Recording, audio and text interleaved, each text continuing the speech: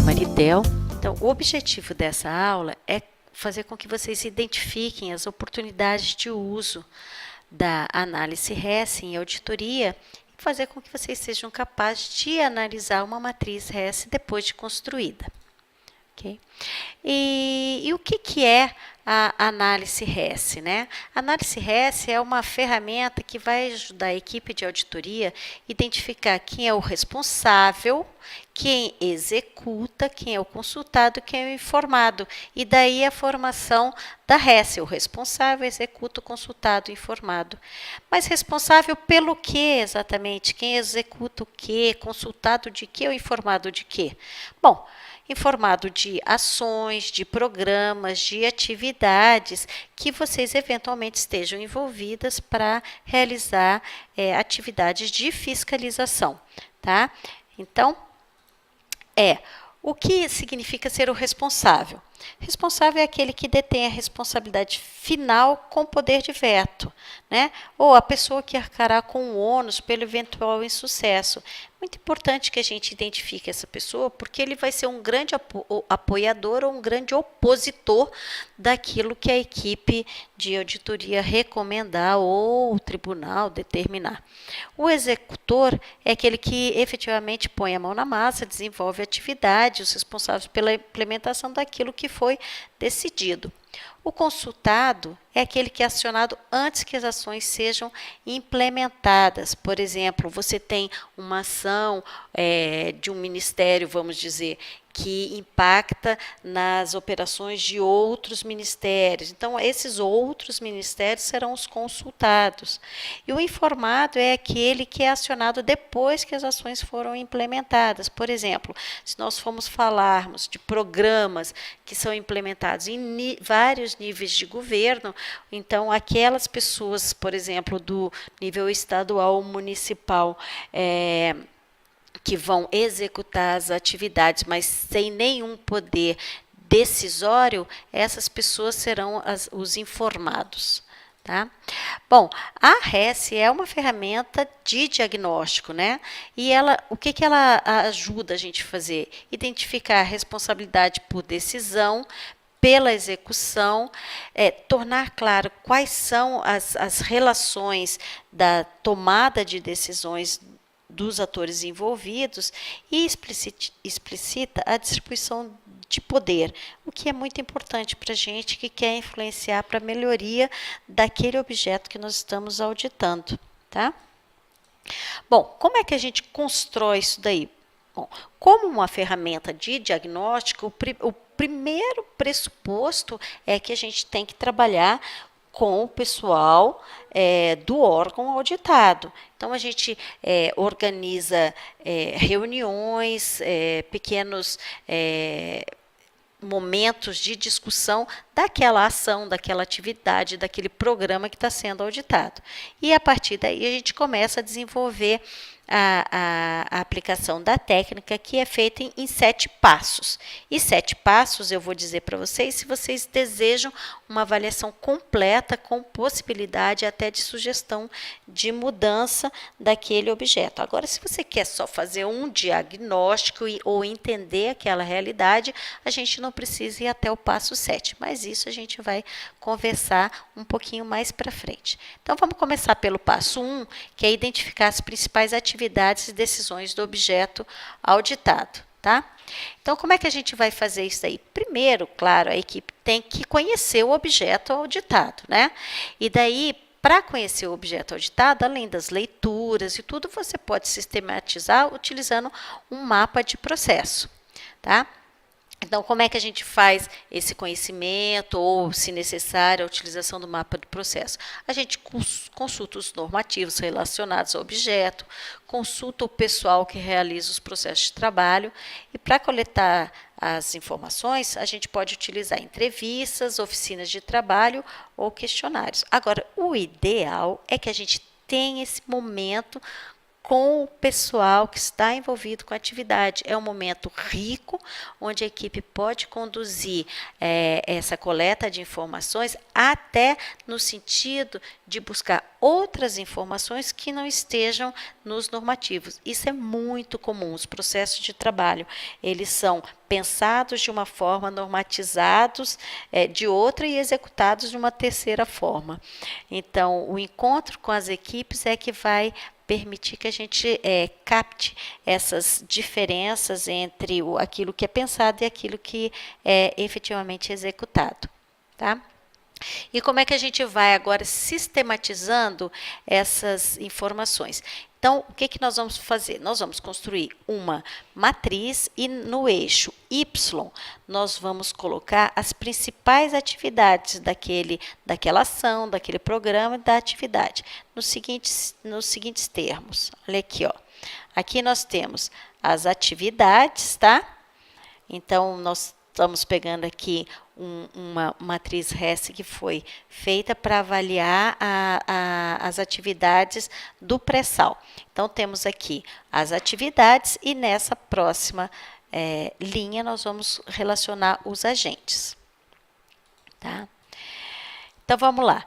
Nós vamos selecionar somente as principais atividades e decisões. A gente precisa ser conciso nas descrições para que essa matriz não fique imensa, evitar generalidades tipo participar de reuniões ou selecionar um bloco ou identificar as principais atividades, qualquer coisa muito geral. Por quê? Porque hoje eu que estou fazendo o trabalho, eu sei do que eu estou falando, mas eventualmente meu supervisor ou secretário ou qualquer outra pessoa que tenha que conferir a metodologia não vai saber do que você está falando. Então, a gente tem que fazer a descrição da forma mais objetiva, mas sem perder o foco que as pessoas têm que entender o que está sendo avaliado. Tá? Uma outra dica é a gente registrar a fonte de informações junto à atividade, né? Caso seja um normativo, porque se você precisar voltar lá, você tem. E daí, por exemplo, nesse exemplo aqui, nós temos aqui a atividade, né? E aqui a fonte, tá? Então, tá aqui como é que a gente faz, ok? Para o registro das atividades, nós utilizamos verbos de ação, porque daí fica claro qual é a atividade que nós vamos avaliar. E aí, ficando claro, fica mais fácil de nós identificarmos os outros elementos, né, da matriz RES, ou seja, os responsáveis, os executores, os consultados e os informados. Okay? Feito isso, a gente passa para o passo 2, que é identificar os agentes ou os órgãos envolvidos, se for uma questão de órgãos. No nosso exemplo que nós estamos utilizando, nós estamos trabalhando com órgãos. Tá? Então, após a consulta aos normativos e ao pessoal que realiza os processos de trabalho, nós temos que relacionar os principais agentes do processo auditado. Novamente, pessoas não são o foco, nós vamos trabalhar com papéis e responsabilidades, tá? Então, nós vamos relacionar os agentes, órgãos envolvidos e vamos registrar no eixo X da matriz, tá? Então, no primeiro passo, nós trabalhamos com as atividades e no segundo passo, nós vamos trabalhar com os agentes da matriz RES, ok? O terceiro passo é agora atribuir as iniciais RES para montar a matriz. E aí, novamente, é muito importante que a equipe entenda o processo e converse com as pessoas que estão envolvidas na realização do processo, tá? Então, fica aí a dica. Sempre faça o preenchimento da matriz RES antes de consultar o pessoal do órgão, porque isso daí vai te dar segurança na hora de fazer as perguntas ou conduzir a reunião e tenha o conhecimento do processo para facilitar a aplicação da técnica. Tá? Então, vamos agora começar com o preenchimento da matriz, utilizando sempre as iniciais R, E, C, I, de acordo com aqueles conceitos que nós passamos no início da nossa aula, tá? Bom, Depois que nós fizermos o preenchimento, nós vamos validar as informações com o pessoal do órgão para ver se aquele preenchimento que nós fizemos está de acordo com o que realmente é feito. E a gente não pode desprezar nenhuma inicial atribuída, tá? Porque vai haver um momento depois que nós vamos fazer a análise propriamente dita. E, nesse sentido, não há respostas certas e nenhuma avaliação deve ser feita até que a matriz esteja completa. Ok? E aí, o que o pessoal pergunta? O que eu faço com essa sopa de letrinhas? Porque, realmente, quando a gente preenche, a informação não está ali. A informação rica vem a partir da própria análise, tá? Então, está aqui uma matriz RES preenchida com as atividades, com os agentes, tá? E o nível de envolvimento de cada um dos agentes em cada uma das atividades. Está vendo que, olha, você pode ter um mesmo agente com diversos papéis ao longo da atividade. Neste caso aqui, é uma atividade de concessão de áreas do pré-sal.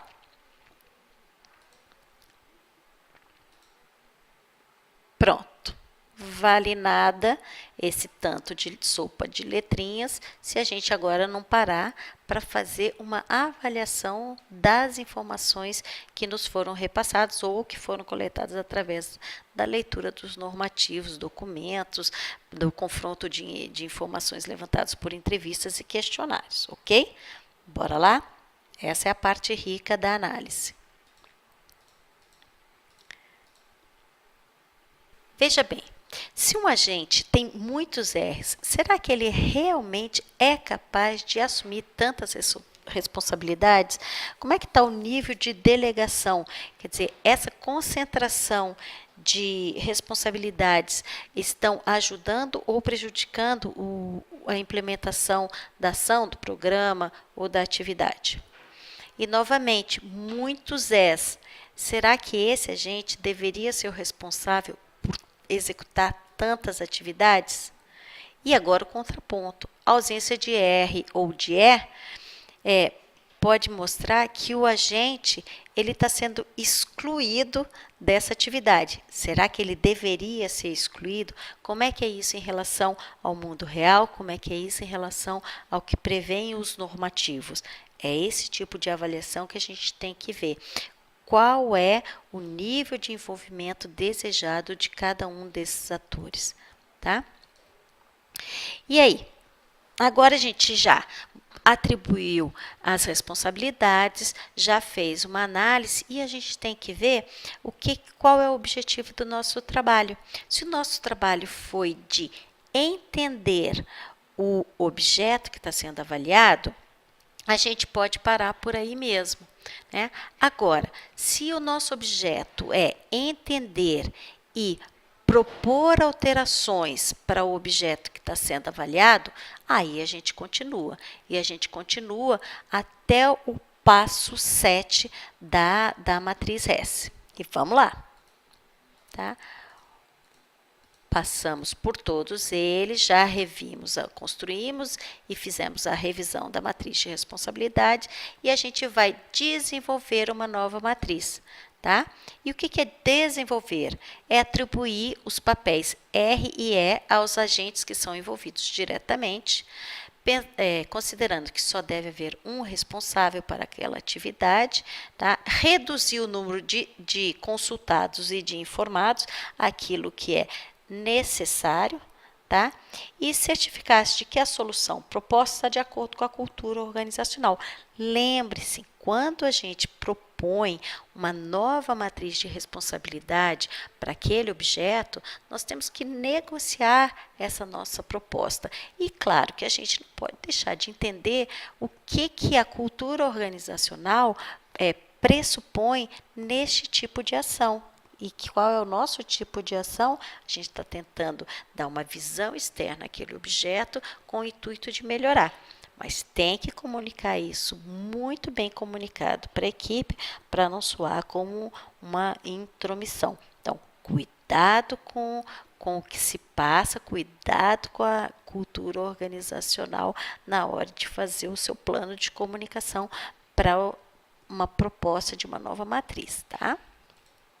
Então, bora lá. Já identificamos as principais atividades, os principais agentes, atribuímos as iniciais, fizemos a revisão da matriz, desenvolvemos uma nova matriz e agora a gente vai redefinir a comunicação, papéis e responsabilidades, tá, desses atores frente às atividades, tá? E, além disso, elaborar a matriz definitiva e confirmar as novas responsabilidades. Pronto. Esses são todos os passos. Mas, novamente, cuidado. Se as pessoas envolvidas no processo de trabalho serão as responsáveis pelas mudanças, nós temos que envolvê-los na execução dos passos 6 e 7, que é a rediscussão da nova matriz, tá bom? Então, vamos lá. Redefinir comunicação, papéis e responsabilidades, e elaborar nova matriz para confirmar novas responsabilidades, pressupõe a participação dos auditados, que serão os responsáveis pela mudança no processo de trabalho, ok? Dicas importantes, tá? Se o objeto avaliado for muito complexo, você pode dividir a matriz por processo de trabalho. Por exemplo, você tem uma etapa de um grande processo que você vai avaliar, mas que ela pode ser dividida, por exemplo, em desenho da ação, em licitação do objeto, em acompanhamento da execução contratual. Se você for fazer uma matriz RES para todo esse processo, você vai ter uma matriz cheia de linhas, cheia de responsáveis e que você vai ter uma grande dificuldade, inclusive, de negociar essas reuniões, negociar novos formatos, se for o caso. Então, parta a tua análise por grandes grupos, né? Então, se você tem, você consegue identificar o desenho da ação, faça uma matriz RES para isso daí. Depois faça uma, por exemplo, se for o caso, para a licitação do objeto. E depois para acompanhamento da execução contratual, se for o caso. Ou transfira esse exemplo que eu estou te dando para o objeto que você vai fazer e tente agrupá-lo em atividades que estejam relacionadas entre si, tá? Então, isso vai facilitar a análise quando o rol de atividades for extenso, tá? E vou agora dar um exemplo de matrizes que foram montadas para entendimento de diferentes processos de uma mesma atividade, tá? Então, novamente, a gente está trabalhando aqui com a avaliação do pré-sal, e daí aqui, olha, a gente conseguiu agrupar o processo de definição das áreas e blocos a licitar no regime de partilha. Então, fizemos uma matriz RES para isso daí. E depois fizemos uma matriz RES para o processo de licitação, contratação, regulação e fiscalização das áreas no regime de partilha. Tá vendo? O assunto é o mesmo, neste caso, o pré-sal. Mas a gente conseguiu dividir esse longo rol de atividades em duas matrizes de análise RES. É isso aí. Muito obrigada. Espero que a gente tenha atingido o objetivo e, caso necessite, entre em contato conosco. Sucesso nas auditorias.